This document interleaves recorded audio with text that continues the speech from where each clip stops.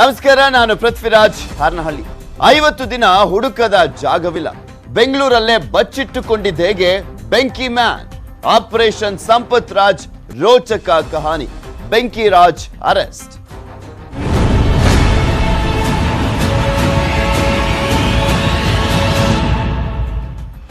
ನಿಮ್ಗೆಲ್ರಿಗೂ ಕೂಡ ಗೊತ್ತಿದೆ, ಇಡೀ ಬೆಂಗಳೂರನ್ನ ನಡುಗಿಸಿದ್ದಂತ ಪ್ರಕರಣ ಅದು ಬೆಂಗಳೂರಿನಲ್ಲಿ ನಡೆದಿದ್ದಂತ ದೊಡ್ಡ ಮಟ್ಟದ ಗಲಭೆಯ ಪ್ರಕರಣ.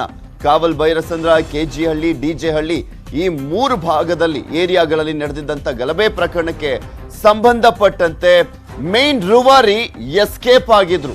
ಅವರ ಮೇಲೆ ಎಲ್ಲವೂ ಕೂಡ ಪ್ರೂವ್ ಆಗ್ತಾ ಹೋಗ್ತಿದ್ದ ಹಾಗೆ ಕೆಕೆಡಿ ಗಲಭೆ ಕೇಸ್ಗೆ ರೋಚಕ ಟ್ವಿಸ್ಟ್ ಸಿಕ್ಕಿದೆ. ಕೊನೆಗೂ ಸಕ್ಸಸ್ ಆಗಿದೆ ಸಿಸಿಬಿ ಟೀಮ್. 50 ದಿನಗಳ ನಂತರ ಕೆಡ್ಡಾಕ್ಕೆ ಬಿದ್ದಿದ್ದಾರೆ ಮಾಜಿ ಮೇಯರ್, ಮಾಜಿ ಮಹಾಪೌರರು ಈಗ ಕೆಡ್ಡಕ್ಕೆ ಬಿದ್ದಿದ್ದಾರೆ. ಸಿಸಿಬಿ ಅವರನ್ನ ಬಂಧಿಸುವಲ್ಲಿ ಯಶಸ್ವಿಯಾಗಿದ್ದಾರೆ. ಮಾಜಿ ಮೇಯರ್ ಸಂಪತ್ ರಾಜ್ ಬಂಧಿಸಲಾಗಿರುವಂತದ್ದು.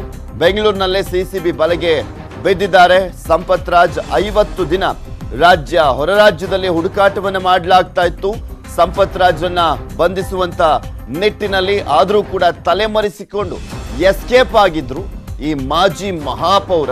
ಈಗ ಸಿಕ್ಕಾಕೊಂಡಿದ್ದಾರೆ. ಕೆಕೆಡಿ ಗಲಭೆ ಕೇಸ್ನ 51ನೇ ಆರೋಪಿಯಾಗಿದ್ದಾರೆ ಸಂಪತ್ ರಾಜ್. ಬೆಂಗಳೂರಲ್ಲೇ ಬೇಟೆಯಾಡಿದ್ದೆ ರೋಚಕ ಕಹಾನಿ. CCB Sampath Raj arrest. News 18 big exclusive ನಿಮ್ಮ ಮುಂದೆ ಇಡ್ತಾ ಇದೀವಿ. ಯಾವ್ಯಾವ ರೀತಿಯಾಗಿ ಇವರನ್ನ ಬಂಧಿಸುವಂತ ನಿಟ್ಟಿನಲ್ಲಿ ಸಿಸಿಬಿ ಅಧಿಕಾರಿಗಳು ಪ್ಲಾನ್ ಅನ್ನ ಮಾಡಿದ್ರು, ಅದಾದ್ಮೇಲೆ ಯಾವ ರೀತಿಯಾಗಿ ಸಿಕ್ಕಿ ಬಿದ್ರು ಸಂಪತ್ ರಾಜ್ ಅನ್ನೋದ್ರ ಬಗ್ಗೆ ಕಂಪ್ಲೀಟ್ ಆದಂತ ಮಾಹಿತಿಯನ್ನ ನಿಮ್ಮ ಮುಂದೆ ಒಂದೊಂದಾಗಿ ಇಡ್ತಾ ಹೋಗ್ತೀವಿ. ನಿಮ್ಗೆಲ್ರಿಗೂ ಕೂಡ ಗೊತ್ತಿದೆ, ಇಡೀ ರಾಜ್ಯವನ್ನ ನಡುಗಿಸಿದಂತ ಪ್ರಕರಣ. ಬೆಂಗಳೂರಂತೂ ತತ್ತರಿಸಿ ಹೋಗಿತ್ತು, ಎಲ್ಲಿ ಏನಾಗುತ್ತೆ ಅಂತ. ಆಗಸ್ಟ್ 11ನೇ ತಾರೀಕು ನಡೆದಿದ್ದಂತ ಒಂದು ಪ್ರಕರಣಕ್ಕೆ ಸಂಬಂಧಪಟ್ಟಂತೆ ಈ ಒಂದು ಗಲಭೆಯ ಪ್ರಮುಖ ರೂವಾರಿಗಳಲ್ಲಿ ಒಬ್ರು ಅಂತ ಹೇಳಲಾಗ್ತಾ ಇರುವಂತ ಸಂಪತ್ ರಾಜ್ ಎಸ್ಕೇಪ್ ಆಗಿದ್ರು.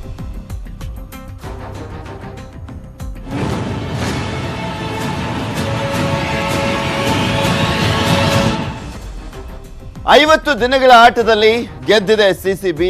ಆಲ್ಮೋಸ್ಟ್ ಬರೋಬ್ಬರಿ 1.5 ತಿಂಗಳಿಂದ ತಪ್ಪಿಸಿಕೊಂಡು ಓಡಾಟವನ್ನ ಮಾಡ್ತಾ ಇದ್ರು ಈ ಸಂಪತ್ ರಾಜ್. ಏಕೆಂದ್ರೆ ಯಾವಾಗ ಇವರನ್ನ ಬಂಧಿಸುವಂತ ಸಾಧ್ಯತೆ ಇದೆ ಅಂತ ಗೊತ್ತಾಯ್ತು, ಅವಾಗಿಂದ ಕೊರೋನಾ ನಾಟಕ ಆಡ್ತಾ ಇದ್ರು. ಅದಾದ ನಂತರ ಆ ಒಂದು ಆಸ್ಪತ್ರೆಯಿಂದನೇ ಎಸ್ಕೇಪ್ ಆಗಿದ್ರು. ರಾಜ್ಯದೆಲ್ಲೆಡೆ ಹುಡುಕಾಡಿ ಬೆಂಗಳೂರಲ್ಲೇ ಬಂಧಿಸಿದ್ದಾರೆ ಸಿಸಿಬಿ ಪೊಲೀಸರು. ಸಂಪತ್ ಸುಳಿವಿಗಾಗಿ ಪರದಾಟವನ್ನು ಮಾಡ್ತಾ ಇದ್ರು ಸಿಸಿಬಿ ಪೊಲೀಸರು. ಯಾಕೆಂದ್ರೆ ಈತ ತನ್ನ ಮೊಬೈಲ್ ಅನ್ನ ಸ್ವಿಚ್ ಆಫ್ ಮಾಡ್ಕೊಂಡಿದ್ರು. ಸೊ ಈ ಒಂದು ಕಾರಣಕ್ಕೋಸ್ಕರ ಗೊತ್ತೇ ಆಗ್ತಾ ಇರಲಿಲ್ಲ ಎಲ್ಲಿದ್ದಾರೆ, ಏನು ಎತ್ತ ಅಂತ. ನಾಗರಹೊಳೆ, ತಮಿಳುನಾಡು, ಗೋವಾ, ಬೆಂಗಳೂರಿನಿಂದ ಬೆಂಗಳೂರಿನಲ್ಲೂ ಕೂಡ ಸಾಕಷ್ಟು ಕಡೆ ಹುಡುಕಾಟವನ್ನ ಮಾಡಿದ್ರು. ಬೆಂಗಳೂರಿನಿಂದ ಹೊರಟು ಸಂಪತ್ ರಾಜ್ ಸಾಕಷ್ಟು ಕಡೆ ಸುತ್ತಾಟವನ್ನ ಕೂಡ ಮಾಡಿದ್ರು. ಕೊನೆಗೂ ಬೆಂಗಳೂರಲ್ಲೇ ಕೆಡ್ಡಾಕೆ ಬಿದ್ದಿದ್ದಾರೆ ಮಾಜಿ ಮೇಯರ್. ಪೊಲೀಸರು ಬರುವ ಸುಳಿವು ಅರಿತು ಸ್ಥಳವನ್ನ ಬದಲಾವಣೆ ಮಾಡ್ತಾನೆ ಇದ್ರು. ಪ್ರತಿ ಬಾರಿನೂ ಕೂಡ ಸಿಸಿಬಿ ಪೊಲೀಸರು ಬರ್ತಾರೆ, ಬಂಧಿಸ್ತಾರೆ ಅನ್ನೋದ್ರ ಮಾಹಿತಿಯನ್ನ ಅರಿತು ಸ್ಥಳವನ್ನ ಬದಲಾವಣೆ ಮಾಡ್ತಾ ಇದ್ರು. ಆ ಒಂದು ಜಾಗದಿಂದ ಕಾಲ್ ಕೀಳ್ತಾ ಇದ್ರು ಈ ಮಾಜಿ ಮಹಾಪೌರ. ಪದೇ ಪದೇ ಸ್ಥಳವನ್ನ ಬದಲಾಯಿಸ್ತಾ ಇದ್ದ ಮಾಜಿ ಮೇಯರ್ನನ್ನ ಬಂಧಿಸುವಲ್ಲಿ ಯಶಸ್ವಿ ಆಗಿದ್ದಾರೆ ಸಿಸಿಬಿ ಪೊಲೀಸರು. ಸಂಪತ್ ಸಿಕ್ಕಿಲ್ಲ ಅಂತ ಅಸಮಾಧಾನವನ್ನ ವ್ಯಕ್ತಪಡಿಸಿತ್ತು ಮೊನ್ನೆ ಅಷ್ಟೇ ಹೈಕೋರ್ಟ್. ಒಬ್ಬ ಮಾಜಿ ಮೇಯರ್ನನ್ನ ಬಂಧಿಸುವಂತಹ ನಿಟ್ಟಿನಲ್ಲಿ ಇಷ್ಟೊಂದು ಫೈಲ್ಯೂರ್ಸ್ ಕಾಣಿಸ್ತಾ ಇದೆಯಲ್ಲ, ಯಾಕಿನ್ನೂ ಕೂಡ ಬಂಧಿಸೋದಕ್ಕೆ ಆಗಿಲ್ಲ ಅಂತ ಹೈಕೋರ್ಟ್ ಕೂಡ ಅಸಮಾಧಾನವನ್ನ ವ್ಯಕ್ತಪಡಿಸಿತ್ತು. ಕೊನೆಗೂ ನಿನ್ನೆ ರಾತ್ರಿ 10 ಗಂಟೆಗೆ ಸಂಪತ್ ರಾಜ್ನನ್ನ ಅರೆಸ್ಟ್ ಮಾಡಿದ್ದಾರೆ ಸಿಸಿಬಿ ಪೊಲೀಸರು. ಬೆಂಗಳೂರಿನ ಸ್ನೇಹಿತನ ಮನೆಯಲ್ಲಿ ಇದ್ರಂತೆ ಸಂಪತ್ ರಾಜ್. ಸೂಕ್ತ ಸುಳಿವನ್ನ ಪಡೆದು ಅರೆಸ್ಟ್ ಮಾಡಿದ್ದಾರೆ ಸಿಸಿಬಿ ಪೊಲೀಸರು. ಬರೋಬ್ಬರಿ 1.5 ತಿಂಗಳ ನಂತರ ಬಂಧಿತರಾಗಿದ್ದಾರೆ ಸಂಪತ್ ರಾಜ್, ಮಾಜಿ ಮೇಯರ್. ನಿಮ್ಗೆಲ್ರಿಗೂ ಗೊತ್ತಿದೆ ಅಲ್ವಾ, ಆಗಸ್ಟ್ 11ನೇ ತಾರೀಕು ನಡೆದಿದ್ದಂತಹ ಒಂದು ಗಲಭೆ ಪ್ರಕರಣ. ಪೊಲೀಸ್ ಠಾಣೆಯನ್ನೇ ಸುಟ್ಟು ಹಾಕಿದ್ರು. ಒಬ್ಬ ಜನಪ್ರತಿನಿಧಿಯ ಮನೆಯನ್ನೇ ಸುಟ್ಟು ಹಾಕ್ಬಿಟ್ಟಿದ್ರು. MLA ಅಖಂಡ ಶ್ರೀನಿವಾಸ್ ಮೂರ್ತಿ ಅವರ ಮನೆಯನ್ನೇ ಸುಟ್ಟು ಹಾಕಲಾಗಿತ್ತು. ಮತ್ತೆ ಅವರ ತಂಗಿಯ ಮಗನ ಮನೆಯನ್ನು ಕೂಡ ಸುಟ್ಟಾಕಲಾಗಿತ್ತು. ಅದರ ಜೊತೆಗೆ ಆ ಬೀದಿಯಲ್ಲಿ, ಆ ರೋಡಲ್ಲಿ ಬರುವಂತಹ ಸಾಕಷ್ಟು ಮನೆಗಳಿಗೆ ಹಾನಿಯನ್ನ ಮಾಡಲಾಗಿತ್ತು, ಕಲ್ಲು ತೂರಾಟವನ್ನ ಮಾಡಲಾಗಿತ್ತು. ಈ ಒಂದು ಗಲಭೆ ಪ್ರಕರಣಕ್ಕೆ ಸಂಬಂಧಪಟ್ಟಂತೆ 4 ಜನ ಆ ಗೋಲಿಬಾರ್ ಸಂದರ್ಭದಲ್ಲೂ ಕೂಡ ಸಾವನ್ನಪ್ಪಿದ್ರು. ದೊಡ್ಡ ಮಟ್ಟದಲ್ಲಿ ಸಂಚಲನವನ್ನ ಸೃಷ್ಟಿ ಮಾಡಿದಂತ ಒಂದು ಗಲಭೆ ಪ್ರಕರಣ. 2 ಪೊಲೀಸ್ ಠಾಣೆಯನ್ನ ಕೂಡ ಧ್ವಂಸ ಮಾಡಲಾಗಿತ್ತು. ಅದಕ್ಕೆ ಬೆಂಕಿಯನ್ನ ಹಚ್ಚಿದ್ರು. ಪೊಲೀಸರನ್ನು ಕೂಡ ನೋಡ್ದಲೆ ಸುಟ್ಟಾಕುವಂತ ಕೆಲಸವನ್ನ ಮಾಡಲಿಕ್ಕೆ ಮುಂದಾಗಿದ್ರು. ಆ ಒಂದು ಪ್ರಯತ್ನಕ್ಕೂ ಕೂಡ ಕೈ ಹಾಕಿದ್ರು ಗಲಭೆಕೋರರು ಅವತ್ತು.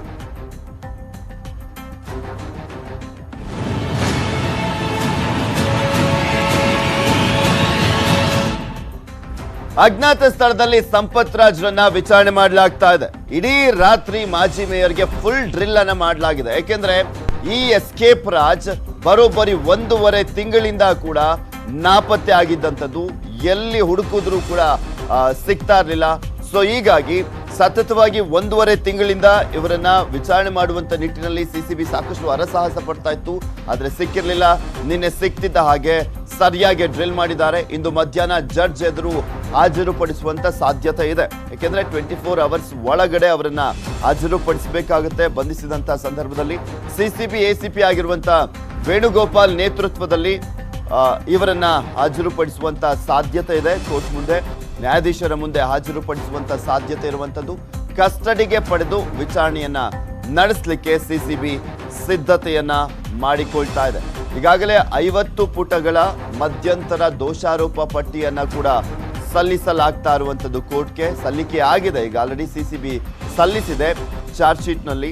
ಆ ಒಂದು ಚಾರ್ಜ್ ಶೀಟ್ ನಲ್ಲಿ ಇರುವಂತದ್ದು ಪ್ರಕರಣದ 51ನೇ ಆರೋಪಿ ಆಗಿದ್ದಾರೆ ಸಂಪತ್ ರಾಜ್. ಮಾಜಿ ಮೇಯರ್ ಆಗಿರುವಂತಹ ಸಂಪತ್ ರಾಜ್ ಪ್ರಕರಣದ 51ನೇ ಆರೋಪಿ.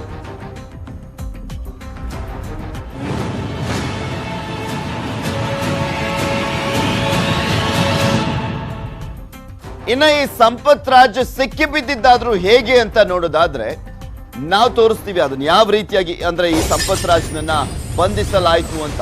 ಏಕೆಂದ್ರೆ ಸುಮಾರು 1.5 ತಿಂಗಳಿಂದ ಹರಸಾಹಸ ಪಟ್ಟು ನಿನ್ನೆ ಸಿಕ್ಕಿ ಬಿದ್ದಿದ್ದಾದ್ರೂ ಹೇಗೆ ಅಂತ ನೋಡೋದಾದ್ರೆ ಸಂಪತ್ ರಾಜ್ ಬಗ್ಗೆ ಬಾಯ್ ಬಿಟ್ಟಿದ್ದು ಕಾಂಟ್ರಾಕ್ಟರ್.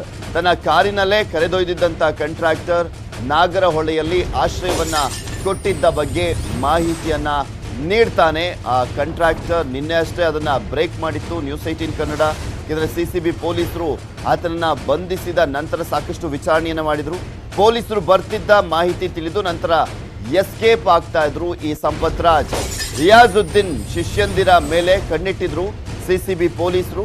ರಿಯಾಜುದ್ದೀನ್ ಅರೆಸ್ಟ್ ಬಳಿಕ ಸಿಸಿಬಿ ಆತನನ್ನ ವಿಚಾರಣೆ ಮಾಡಲಾಯಿತು. ನಂತರ ಈ ಸಂಪತ್ ರಾಜ್ ಮಾಜಿ ಮೇಯರ್ ಎಸ್ಕೇಪ್ ರಾಜ್, ಈ ಬೆಂಕಿ ರಾಜ್ ಎಲ್ಲಿ ಹೋಗಿದ್ರು, ಏನು ಎತ್ತ, ಎಲ್ಲಿದ್ದಾರೆ, ಅದ್ರ ಬಗ್ಗೆ ಕಂಪ್ಲೀಟ್ ಆದಂತ ಮಾಹಿತಿಯನ್ನ ಕಲೆ ಹಾಕ್ತಾರೆ ಸಿಸಿಬಿ ಪೊಲೀಸರು. ರಿಯಾಜುದ್ದೀನ್ ಶಿಷ್ಯರಿಗೆ ಸಂಪತ್ ರಾಜ್ ಒಡನಾಟ ಇರುವಂತದ್ದು ಗೊತ್ತಾಗುತ್ತೆ. ಈ ಆಧಾರದಲ್ಲಿ ಸಂಪತ್ ರಾಜ್ನನ್ನ ಪತ್ತೆ ಮಾಡ್ತಾರೆ ಸಿಸಿಬಿ ಪೊಲೀಸರು. ಕೊನೆಗೂ ಸಂಪತ್ ರಾಜ್ ಬಲೆಗೆ ಕೆಡವಿದೆ ಸಿಸಿಬಿ. ಈ ಒಂದು ಪ್ರಕರಣಕ್ಕೆ ಸಂಬಂಧಪಟ್ಟಂತೆ ಪ್ರಮುಖ ರೂವಾರಿ ಅಂತ ಕೂಡ ಹೇಳಲಾಗ್ತಾ ಇದೆ. ಏಕೆಂದ್ರೆ ಈ ಒಂದು ಪ್ರಕರಣದಲ್ಲಿ ಈ ಗಲಭೆ ಪ್ರಕರಣ ನಡೆಯಲಿಕ್ಕೆ ಏನೇನೆಲ್ಲ ಕಾರಣಗಳು ಅಂತ ಹುಡುಕುವಂತ ಸಂದರ್ಭದಲ್ಲಿ ಸಂಪತ್ ರಾಜ್ ಹೆಸರೇ ಪ್ರಮುಖವಾಗಿ ಕೇಳಿ ಬರುವಂತದ್ದು. ಇಬ್ಬರಿಗೆ ಹಾರ್ಬರಿಂಗ್ ಹಾಗೂ ಶೆಲ್ಟರಿಂಗ್ ಆರೋಪಲ್ಲಿ, ಯಾಕಂದರೆ ಯಾವಾಗ ಇವರಿಬ್ಬರು ನಮ್ಮ ಕೇಸಲ್ಲಿ ಅರೆಸ್ಟ್ ಆಗ್ತಾರಂತ ಗೊತ್ತಾಗಿ ಇವರಿಬ್ಬರನ್ನ ಶೆಲ್ಟರ್ ಹಾಗೂ ಹಾರ್ಬರಿಂಗ್ ಮಾಡೋ ಆರೋಪದಲ್ಲಿ ರಿಯಾಜುದ್ದೀನ್ ಅಂತ ಇವರು ಸ್ನೇಹಿತರು ಏನಿದ್ದಾರೆ ಅವ್ರಿಗೆ ಈಗಾಗಲೇ ನಾವು ದಸ್ತಗಿರಿ ಮಾಡಿ ಅವರು ಜುಡಿಷಿಯಲ್ ಕಸ್ಟಡಿಯಲ್ಲಿದ್ದಾರೆ. ಇವರಿಬ್ಬರಿಗೆ ಹಾರ್ಬರಿಂಗ್ ಹಾಗೂ ಶೆಲ್ಟರಿಂಗ್ ಆರೋಪಲ್ಲಿ, ಯಾಕಂದರೆ ಯಾವಾಗ ಇದೆಲ್ಲದ್ರ ಬಗ್ಗೆ ಕಂಪ್ಲೀಟ್ ಡೀಟೇಲ್ಸ್ ಅನ್ನ ನೀಡ್ತಾರೆ ಸಿಸಿಬಿ ಕಚೇರಿಯ ಮುಂಭಾಗದಿಂದ ನಮ್ಮ ಪ್ರತಿನಿಧಿ ಮಂಜುನಾಥ್ ನೇರ ಸಂಪರ್ಕದಲ್ಲಿ ಜಾಯ್ನ್ ಆಗ್ತಾ ಇದ್ದಾರೆ. ಎಸ್ ಮಂಜುನಾಥ್, ಸತತವಾಗಿ 50 ದಿನಗಳಿಂದ ಸಂಪತ್ ರಾಜ್ನನ್ನ ಬಂಧಿಸುವಂತ ನಿಟ್ಟಿನಲ್ಲಿ ಸಿಸಿಬಿ ಪೊಲೀಸರು ಸಾಕಷ್ಟು ಹರಸಾಹಸ ಪಟ್ಟಿದ್ರು. ಫೈನಲಿ ಸಂಪತ್ ರಾಜ್ನನ್ನ ಬಂಧಿಸುವಲ್ಲಿ ಯಶಸ್ವಿ ಆಗಿದ್ದಾರೆ. ಯಾವ ರೀತಿಯಾಗಿತ್ತು ಕಾರ್ಯಾಚರಣೆ, ಎಲ್ಲಿ ಸಿಕ್ಕಾಕೊಂಡಿದ್ದು ಅಂತ?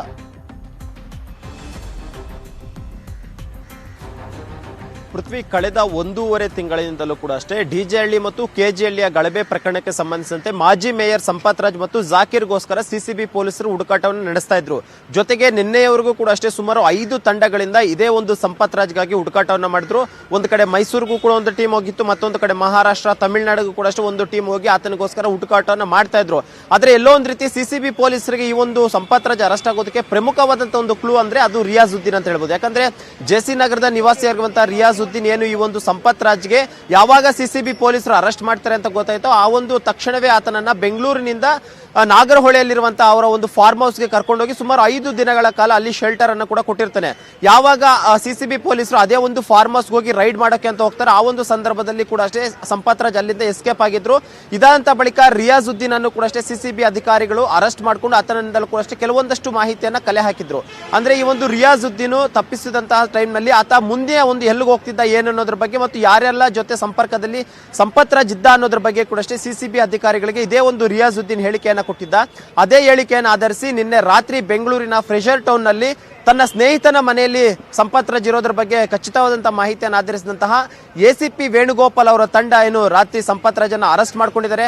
ಅರೆಸ್ಟ್ ಮಾಡ್ಕೊಂಡಿದ್ದ ಅಂತ ಬಳಿಕ ನೇರವಾಗಿ ಸಿಸಿಬಿ ಕಚೇರಿಗೆ ಸಂಪತ್ ರಾಜನ್ನ ಕರ್ಕೊಂಡು ಬಂದಿಲ್ಲ. ಯಾಕಂದ್ರೆ ಸಿಸಿಬಿ ಕಚೇರಿಗೆ ಕರ್ಕೊಂಡು ಬರೋದಕ್ಕಿಂತ ಮುಂಚೆ ರಾತ್ರಿ ಇಡಿಯೂ ಕೂಡ ಅಷ್ಟೇ ಸಂಪತ್ ರಾಜ್ ಎಲ್ಲಿದ್ರು, ಯಾಕಂದ್ರೆ ಸುಮಾರು 1.5 ತಿಂಗಳಿಂದಲೂ ಕೂಡ ಅಷ್ಟೇ ಆತನಿಗೋಸ್ಕರ ಹುಡುಕಾಟವನ್ನ ಮಾಡ್ತಿದ್ರು.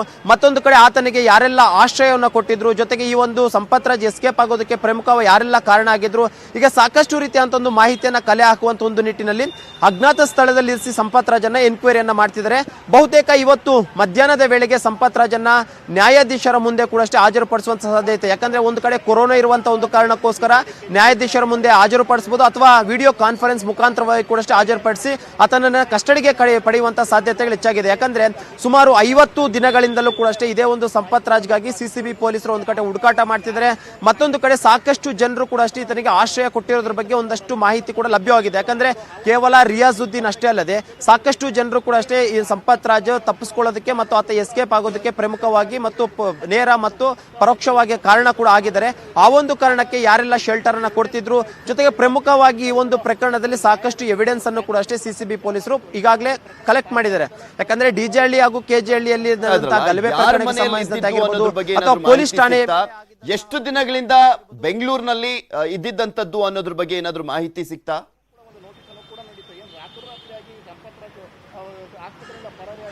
ಸದ್ಯಕ್ಕೆ ಸಿಸಿಬಿ ಪೊಲೀಸರು ಯಾರ ಮನೆಯಲ್ಲಿದ್ರು ಅನ್ನೋದ್ರ ಬಗ್ಗೆ ಇನ್ನು ಯಾವುದೇ ರೀತಿಯಂತ ಖಚಿತವಾದಂತ ಮಾಹಿತಿ ಹೇಳ್ತಿಲ್ಲ. ಯಾಕಂದ್ರೆ ಈತನಿಗೆ ಶೆಲ್ಟರ್ ಕೊಟ್ಟಂತ ಆರೋಪದ ಅಡಿಯಲ್ಲಿ ಕೇವಲ ರಿಯಾಜುದ್ದೀನ್ ಅನ್ನ ಮಾತ್ರ ಸಿಸಿಬಿ ಪೊಲೀಸರಿಗೆ ಬಂಧನ ಮಾಡಿರುವಂತದ್ದು.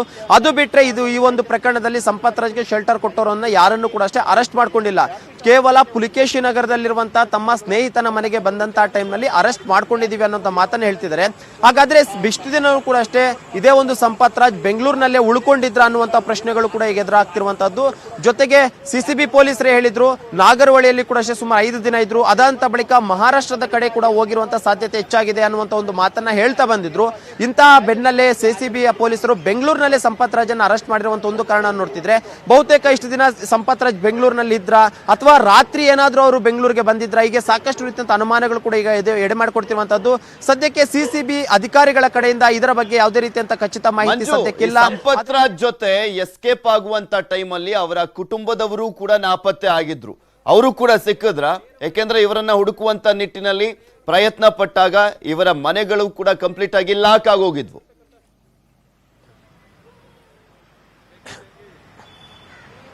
ಪೃಥ್ವಿ, ಯಾವಾಗ ಸಂಪತ್ ರಾಜ್ ಮೇಲೆ ಕೇಸ್ ರಿಜಿಸ್ಟರ್ ಆಯಿತು ಆ ಒಂದು ಸಂದರ್ಭದಲ್ಲಿ ಸಂಪತ್ ರಾಜ್ ಕೊರೋನಾ ಅನ್ನುವಂತ ಒಂದು ಕೊರೋನಾ ಬಂದಿದೆ, ಆ ಒಂದು ಕಾರಣಕ್ಕೆ ಹಾಸ್ಪಿಟಲ್ ಅಡ್ಮಿಟ್ ಆಗಿದೆ ಅಂತ ಹೇಳಿದ್ರು. ಇದಾಂತ ಬಳಿಕ ಸುಮಾರು 1 ತಿಂಗಳ ಹಿಂದೆ ಅಂದ್ರೆ ಸುಮಾರು ಅಕ್ಟೋಬರ್ 16ನೇ ತಾರೀಕಿನಂದು ಈತ ಬೆಂಗಳೂರಿನಿಂದ ಎಸ್ಕೇಪ್ ಆಗ್ತಾನೆ. ಕೇವಲ ಸಂಪತ್ ರಾಜ್ ಅಷ್ಟೇ ಅಲ್ಲ, ಆತನ ಕುಟುಂಬಸ್ಥರು ಕೂಡ ಅಷ್ಟೇ ಆ ಒಂದು ಸಮಯದಿಂದ ಎಸ್ಕೇಪ್ ಆಗಿರುವಂತದ್ದು. ಜೊತೆಗೆ ಸಿಸಿಬಿ ಪೊಲೀಸರು ಹೇಳಿದ್ರು ಸಂಪತ್ ರಾಜ್ ಮತ್ತು ಜಾಕೀರ್ ಇಬ್ರು ಕೂಡ ಅಷ್ಟೇ ಇದೇ ಒಂದು ನಾಗರಹೊಳೆಯ ಒಂದು ಫಾರ್ಮ್ ಹೌಸ್ ನಲ್ಲಿ ಇದ್ರು ಅನ್ನುವಂತ ಮಾತನ್ನ ಕೂಡ ಹೇಳಿದ್ರು. ಈಗ ಸದ್ಯಕ್ಕೆ ಸಂಪತ್ ರಾಜ್ ಮಾತ್ರ ಅರೆಸ್ಟ್ ಆಗಿರುವಂತದ್ದು. ಜೊತೆಗೆ ಜಾಕೀರ್ ಬಗ್ಗೆ ಕೂಡ ಇನ್ನು ಯಾವುದೇ ರೀತಿಯಂತ ಸರಿಯಾದಂತ ಮಾಹಿತಿ ಇಲ್ಲ, ಯಾಕಂದ್ರೆ ಆತನು ಕೂಡ ಬಂಧನ ಆಗಿಲ್ಲ. ಜೊತೆಗೆ ಆತನ ಕುಟುಂಬಸ್ಥರು ಕೂಡ ಇದುವರೆಗೂ ಯಾರು ಕೂಡ ಅರೆಸ್ಟ್ ಆಗಿಲ್ಲ. ಯಾಕಂದ್ರೆ ಕೇವಲ ರಾತ್ರಿ ಸಂಪತ್ ರಾಜನ್ನ ಮಾತ್ರ ಸಿಸಿಬಿ ಪೊಲೀಸರು ಅರೆಸ್ಟ್ ಮಾಡ್ಕೊಂಡಿರುವಂತದ್ದು. ಸದ್ಯಕ್ಕೆ ಆತನನ್ನ ಅಜ್ಞಾತ ಸ್ಥಳದಲ್ಲಿಟ್ಟು ಒಂದಷ್ಟು ಎನ್ಕ್ವೈರಿ ಮಾಡ್ತಿದ್ದಾರೆ. ಬಹುತೇಕ ಇವತ್ತು ಮಧ್ಯಾಹ್ನದ ವೇಳೆಗೆ ಸಿಸಿಬಿ ಪೊಲೀಸರು ಸಂಪತ್ ರಾಜನ್ನ ನ್ಯಾಯಾಧೀಶರ ಮುಂದೆ ಹಾಜರುಪಡಿಸಿ ತದನಂತರ ಒಂದಷ್ಟು ದಿನ ಕಸ್ಟಡಿಗೆ ತಗೊಂಡು ಮುಂದಿನ ಒಂದು ಹಂತದಲ್ಲಿ ಎನ್ಕ್ವೈರಿಯನ್ನು ಕೂಡ ಶುರು ಮಾಡ್ತಾರೆ. ಪ್ರಮುಖವಾಗಿ ಈ ಒಂದು ಪ್ರಕರಣದಲ್ಲಿ ಸಿಸಿಬಿ ಪೊಲೀಸರಿಗೆ ಸಿಕ್ಕಿರುವಂತಹ ಒಂದು ಎವಿಡೆನ್ಸ್ ಏನಿದೆ ಆ ಒಂದು ಎವಿಡೆನ್ಸ್ ನ ಆಧಾರದ ಮೇಲೆ ಈ ಒಂದು ಸಂಪತ್ ರಾಜನ್ನ ಎನ್ಕ್ವೈರಿ ಮಾಡುವಂತ ಸಾಧ್ಯತೆಗಳಿದೆ. ಪೃಥ್ವಿ, ಓಕೆ, ಥ್ಯಾಂಕ್ ಯು ಮಂಜು ನಿಮ್ಮೆಲ್ಲ ಡೀಟೇಲ್ಸ್ಗಾಗಿ. ಈ ಸಂಪತ್ ರಾಜ್ನ ವಿಚಾರ ಆಗಿರ್ಬೋದು ಅಥವಾ ಇನ್ಯಾವುದೇ ರೀತಿಯಾದಂತಹ ಸುದ್ದಿ ಆಗಿರ್ಬೋದು, ನೀವು ಹೆಚ್ಚಿನ ಡೀಟೇಲ್ಸ್ ಅನ್ನ ಪಡ್ಕೊಳ್ಬೇಕು ಅಂದ್ರೆ news18kannada.comಗೆ ಲಾಗಿನ್ ಆದ್ರೆ ಕಂಪ್ಲೀಟ್ ಅಪ್ಡೇಟ್ ನಿಮಗೆ ಸಿಗುತ್ತೆ. ಈಗ ಒಂದು ಚಿಕ್ಕ ಬ್ರೇಕ್. ಶಿಕ್ಷೆ ಆಗಲೇಬೇಕು ಅಂತ news18ಗೆ ಶಾಸಕ ಅಖಂಡ ಶ್ರೀನಿವಾಸ ಮೂರ್ತಿ ಅವರು ಹೇಳಿಕೆಯನ್ನ ಕೊಟ್ಟಿದ್ದಾರೆ. ಏಕೆಂದ್ರೆ ಅವರು ಬಹಿರಂಗವಾಗಿ ಹೇಳಿದ್ರು ಸಂಪತ್ ರಾಜ್ ನೇರವಾಗಿ ಕಾರಣರಾಗ್ತಾರೆ. ಈ ಒಂದು ಗಲಭೆ ಪ್ರಕರಣಕ್ಕೆ ಸಂಬಂಧಪಟ್ಟಂತೆ ನನ್ನ ಮೇಲೆ ದ್ವೇಷ ಇದ್ದಿದ್ರೆ, ನನ್ನ ಮುಂದೆನೇ ಹೇಳಿದಿದ್ರೆ ಇದೆಲ್ಲವನ್ನು ಕೂಡ ಸರಿಪಡಿಸ್ಕೊಳ್ಬೋದಿತ್ತು. ಈ ರೀತಿಯಾಗಿ ಮಾಡಿದ್ದಾನಲ್ಲ ಅಂತ ಹೇಳ್ತಾ ಇದ್ರು, ಅಸಮಾಧಾನವನ್ನ ಹೊರಹಾಕಿದ್ರು. ಈತನನ್ನ ಯಾವಾಗ ಬಂಧಿಸ್ತಾರೆ ಅನ್ನೋದ್ರ ಬಗ್ಗೆ ಕೂಡ ಪ್ರಶ್ನೆಯನ್ನ ಮಾಡಿದ್ರು. ಈಗ ಬಂಧಿಸಿರುವಂತ ಹಿನ್ನೆಲೆಯಲ್ಲಿ ಮನೆ ಮಂದಿಗೆಲ್ಲ ಈಗ ಸ್ವಲ್ಪ ಕೊಂಚ ನೆಮ್ಮದಿ, ನಮಗಂತೂ ಈಗ ನೆಮ್ಮದಿ ಸಿಕ್ಕಿದೆ ಅಂತ ಬಂಧನದ ಬಳಿಕ, ಸಂಪತ್ ರಾಜ್ನ ಬಂಧನದ ಬಳಿಕ ಮೊದಲ ಪ್ರತಿಕ್ರಿಯೆಯನ್ನ ಕೊಟ್ಟಿದ್ದಾರೆ ಶಾಸಕರಾಗಿರುವಂತ ಅಖಂಡ ಶ್ರೀನಿವಾಸ ಮೂರ್ತಿ ಅವರು. ಮಾಧ್ಯಮದವರು, ಪೊಲೀಸ್ ಇಲಾಖೆಯವರು, ಸರ್ಕಾರದವರು, ನ್ಯಾಯಾಲಯ, ಸಂವಿಧಾನ ನಮ್ಗೆ ಇವತ್ತು ನ್ಯಾಯ ಕೊಡಿಸಿದೆ ಅಂತಾನೆ ಹೇಳ್ತೀನಿ ನಮ್ಮ. ಯಾಕಂದ್ರೆ ನ್ಯಾಯಕ್ಕೆ ತಪ್ಪಿದಷ್ಟು ಯಾರೇ ಮಾಡಿರ್ಲಿ ಅದು ತಪ್ಪೇ, ಅದು ಶಿಕ್ಷೆ ಆಗ್ಬೇಕಂತ ನಾನು ಅವತ್ತು ಹೇಳಿದೆ, ಇವತ್ತು ಹೇಳ್ತೀನಿ. ನಮ್ಮ ತಪ್ಪಿದಷ್ಟು ಶಿಕ್ಷೆ ಆಗ್ಲಿ ಅಂತಾನೆ ಹೇಳ್ತೀನಿ. ತಮ್ಮ ಮಾಧ್ಯಮದವರಿಗೆ ನಾನು ಅಭಿನಂದನೆ ತಿಳಿಸ್ತೀನಿ. ನಮ್ಮ ಪರವಾಗಿ ನಿಂತು ನಮ್ಗೆ ನ್ಯಾಯ ಕೊಡಿಸ್ಕೊಟ್ಟಿದ್ದೀರಾ, ತಮ್ಮ ಹೃದಯಪೂರ್ವಕ ಅಭಿನಂದನೆ ತಿಳಿಸಿ. ನಮ್ಮ ತಪ್ಪಿದಷ್ಟು ಶಿಕ್ಷೆ ಆಗ್ಲಿ ಅಂತ ನಾನು ಹೇಳ್ತೇನೆ ಅಮ್ಮ. ಹೌದು, ತಪ್ಪಿತಸ್ಥರಿಗೆ ಶಿಕ್ಷೆ ಆಗ್ಲೇಬೇಕು. ನೀವು ಹೇಳ್ದಂಗೆ ನೀವು ಸಮಾಧಾನದಿಂದ ಪಾಪ ಕಾದಿದ್ದೀರಾ. ಯಾಕಂದ್ರೆ ನಿಮ್ಮ ಭಾವನೆಗಳಿರ್ಬೋದು, ನಿಮ್ಮ ಮನೆ ಸುಟ್ಟೋದಾಗ ನೀವು ಆ ಸ್ಥಾನದಲ್ಲಿದ್ರು ಕೂಡ ಏನು ಮಾಡಕ್ ಆಗ್ಲಿಲ್ಲ ಆ ಸಂದರ್ಭದಲ್ಲಿ, ಅದು ನಮಗೂ ಗೊತ್ತಾಗಿದೆ. ಬಟ್ ಸತ್ಯಕ್ಕೆ ಯಾವತ್ತಿದ್ರೂ ಗೆಲುವು ಇದ್ದೇ ಇರುತ್ತೆ. ಬಟ್ ಸ್ವಲ್ಪ ಕಾಯಿಸಿ ಆ ಸತ್ಯಕ್ಕೆ ಜಯ ಸಿಗುತ್ತೆ. ಆ ಪೇಷನ್ಸ್ ನಿಮ್ಮ ಹತ್ರ ಇದೆ. ಬಟ್ ಈಗ ಸಂಪತ್ ರಾಜೇ ಒಂದ್ ವೇಳೆ ಹಂಗ್ ಮಾಡಿದಿದ್ರೆ ನಿಮ್ಮ ಮೇಲೆ ರಾಜಕೀಯ ದ್ವೇಷಕ್ಕೆ, ಸೊ ಏನ್ ಶಿಕ್ಷೆ ಆಗ್ಬೇಕು ಅಂತ ಹೇಳ್ತೀರಾ ನೀವು? ಅವರೇ ಆಗಿದ್ರೆ ಅವರೇ ಆಗಿದ್ರೆ ಕಾನೂನಲ್ಲಿ ಏನಿದೆಯೋ ಅದಾಗ್ಲಮ್ಮ ಶಿಕ್ಷೆ. ಮತ್ತೆ ಹೇಳಿ ಹೇಳಿ, ಕಾನೂನು ಏನಿದೆಯೋ ಅದಾಗ್ಲಿ, ತಪ್ಪಿದಷ್ಟು ಯಾರೇ ಇಲ್ಲ ಅವ್ರಿಗೆ ಶಿಕ್ಷೆ ಕೊಡ್ಲಿ ಅಂತಾನೆ ಹೇಳ್ತೀನಮ್ಮ. ಮತ್ತೆ ನಿಮ್ಮ ಪಕ್ಷದಲ್ಲಿ ನೀವು ಹಿರಿಯ ಮುಖಂಡರನ್ನ ಭೇಟಿ ಮಾಡಿ ಸಂಪತ್ ರಾಜ್ ಮೇಲೆ ಆಕ್ಷನ್ ತಗೊಳ್ಳಿ ಅಂತ ಪದೇ ಪದೇ ಹೇಳ್ತಿದ್ರಿ. ಈಗ ಮತ್ತೆ ಅವ್ರು ಸಿಕ್ಕಿರೋದ್ರಿಂದ ಮತ್ತೇನಾದ್ರು ಮೀಟ್ ಮಾಡ್ತೀರಾ ಯಾರನ್ನಾದ್ರು? ಈಗ ನಮ್ಮ ಸಿದ್ದರಾಮಯ್ಯ ಸಾಹೇಬ್ರು, ನಮ್ಮ ಜಮೀರ್ ಅಣ್ಣವರು ಎಲ್ಲ ನಮ್ಮ ಪರವಾಗಿ ನಿಂತಿದ್ರು. ಈಗ ನಮ್ಮ ಅಧ್ಯಕ್ಷರನ್ನ ನಾನು ಮನವಿ ಮಾಡ್ಕೊಂತೀನಿ, ಹೋಗಿ ತಪ್ಪಿದಷ್ಟು ಯಾರೇ ಇದನ್ನ ಉಚ್ಚಾರಣೆ ಮಾಡಿದ್ರು ಪಕ್ಷದಿಂದ ಅಂತ ರಿಕ್ವೆಸ್ಟ್ ಮಾಡ್ಕೊಂತೀನಿ. ಅಂದ್ರೆ ಎಲ್ಲಿ ಸಿಕ್ಕಿದ್ರು ಸಂಪತ್ ರಾಜ್ ಅಂತ ಏನಾದ್ರು ನಿಮಗೆ ಮಾಹಿತಿ ಸಿಕ್ತಾ ಈಗ? ಇಲ್ಲಮ್ಮ, ನಂಗೆ ಗೊತ್ತಾಗಿದೆ. ಈಗ ತಮ್ಮ ಫೋನ್ ಮಾಡಿದಕ್ಕೆ ಗೊತ್ತಾಗಿತ್ತು. ಇನ್ನು ಯಾವ ರೀತಿಯಾಗಿ ಕಾನೂನಿನಲ್ಲಿ ಕ್ರಮ ಆಗಬಹುದು ಅನ್ನುವಂತ ನಿಟ್ಟಿನಲ್ಲಿ ನಾವು ಲಾಯರ್ ಅನ್ನು ಕೂಡ ಮಾತನಾಡಿಸಿದೀವಿ. ಅವರೇನ್ ರಿಯಾಕ್ಷನ್ ಕೊಟ್ಟಿದ್ದಾರೆ ಅನ್ನೋದ್ರ ಬಗ್ಗೆನೂ ಕೂಡ ಮಾಹಿತಿಯನ್ನು ನಿಮ್ಮ ಮುಂದೆ ಇಡ್ತಾ ಹೋಗ್ತೀವಿ. ಪ್ರತಿಯೊಂದು ಸುದ್ದಿಯ ಬಗ್ಗೆನೂ ಕೂಡ ನೀವು ಹೆಚ್ಚಿನ ಅಪ್ಡೇಟ್ಸ್ ಅನ್ನ ಪಡ್ಕೊಳ್ಬಹುದು. news18kannada.comಗೆ ಲಾಗಿನ್ ಆದ್ರೆ ಕಂಪ್ಲೀಟ್ ಅಪ್ಡೇಟ್ ನಿಮಗೆ ಸಿಗುತ್ತೆ. ಈಗ ಒಂದು ಚಿಕ್ಕ ಬ್ರೇಕ್. ಹಾಗಾದ್ರೆ ಸಂಪತ್ ರಾಜ್ ಭವಿಷ್ಯ ಏನಾಗ್ಬೋದು? ಸಿಸಿಬಿ ತನಿಖೆ ಹೇಗಿರುತ್ತೆ? ಸಂಪತ್ ರಾಜ್ ತಪ್ಪಿತಸ್ಥ ಅಂತ ಸಾಬೀತಾದ್ರೆ ಯಾವ ರೀತಿಯ ಶಿಕ್ಷೆ ಆಗ್ಬಹುದು? ಹೀಗೆ ಮುಂದಿನ ಎಲ್ಲಾ ಕಾನೂನು ಪ್ರಕ್ರಿಯೆಗಳ ಬಗ್ಗೆ ಹಿರಿಯ ವಕೀಲ ಶ್ಯಾಮ್ ಸುಂದರ್ ಅವರು ವಿವರಿಸಿದ್ದಾರೆ ನೋಡಿ. ಇವ್ರ ಕನೆಕ್ಟಿವಿಟಿ ಇವರಿಂದಾನೆ, ಇವರ ಕುಮ್ಮಕ್ಕಿನಿಂದಾನೇ ಅದಾಗಿದೆ. ಅಲ್ಲೇನೋ ಒಂದು ವ್ಯಾಂಡಲಿಸಂ ನಡೆದಾಗ, ಅಲ್ಲಿ ಯಾವುದೋ ಒಂದು ಬೇರೆ ರೀತಿಯ ಒಂದು ಪುಂಡಾಟಿಕೆ ಗಲಭೆ ನಡೆದಾಗ, ಆ ಒಂದು ಗಲಭೆಯ ಸಂದರ್ಭದಲ್ಲಿ ಇವರು ತಮ್ಮ ವೈಯಕ್ತಿಕ ವೈಷಮ್ಯಗಳನ್ನ, ವೈಯಕ್ತಿಕ ವಿಷಯಗಳನ್ನ ಇದು ಮಾಡ್ಲಿಕ್ಕೋಸ್ಕರ, ಅದನ್ನ ಹಗೆತನ ಸಾಧಿಸ್ಲಿಕ್ಕೋಸ್ಕರ, ಹಗೆ ತೀರಿಸ್ಕೊಳ್ಲಿಕ್ಕೋಸ್ಕರ ಇವರು ಮತ್ತೆ ಅವ್ರ ಇನ್ನೊಬ್ರು ಜಾಕೀರು, ಅವರೆಲ್ಲ ಸೇರ್ಕೊಂಡು ಇವರ MLA ರವರ ಮನೆಗೆ ದಾಳಿ ಮಾಡ್ತಕ್ಕಂಥದ್ದು, ಅವ್ರ ಮನೆಯನ್ನ ಧ್ವಂಸ ಮಾಡ್ತಕ್ಕಂಥದ್ದು, ಈ ರೀತಿಯ ಕುಮ್ಮಕ್ಕುಗಳನ್ನ ಅವ್ರು ನೀಡಿದ್ರು ಅಂತಕ್ಕಂಥದ್ದು ಅವ್ರ ಮೇಲಿರ್ತಕ್ಕಂಥ ಆಪಾದನೆ, ಆರೋಪ.